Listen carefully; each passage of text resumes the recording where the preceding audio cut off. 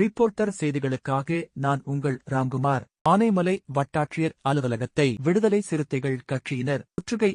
ஆனைமலை தாலுகா காளியாபுரம் ஊராட்சி நரிக்கல் பதியில் பழங்குடி மக்களுக்கு 96 இலவச வீட்டுமனை பட்டாக்களுக்கு 8 ஆண்டுகள் ஆகியும் நில அளவீடு செய்யாததை கண்டித்தும் 8 ஆண்டுகளாக நிலத்தை அளக்க வராத அதிகாரிகளையே கண்டித்தும் முற்றுகை போராட்டம் நடைபெற்றது.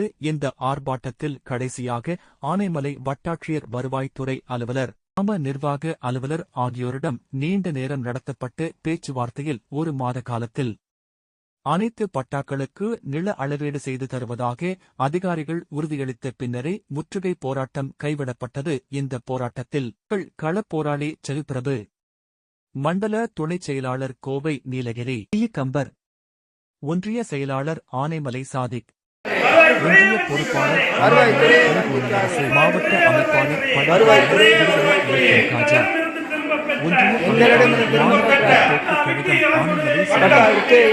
முகாம் செயலாளர் நரிக்கல், ஒன்றிய அமைப்பாளர் பழங்குடியினர் விடுதலை இயக்கம் ஆனைமலை மணிகண்டன், நரிக்கல் பதி மற்றும் திராளன பழங்குடி மக்கள் கலந்து கொண்டனர்.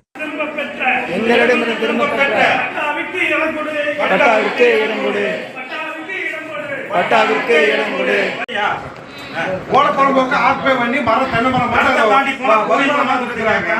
உள்ள காலத்து காலை விட்டு போட்டு சொல்றோம். அதெல்லாமே எப்படி மரம் நியாயமா இன்னைக்கு கொண்டு மரம் பூரா போட்டு வச்சிருக்காங்க. அதுல போட்டு வச்சிருக்காங்க பூரா மரத்தையும் கொண்டு நம்ம போட்டு வச்சிருக்காங்க அந்த இடத்துல.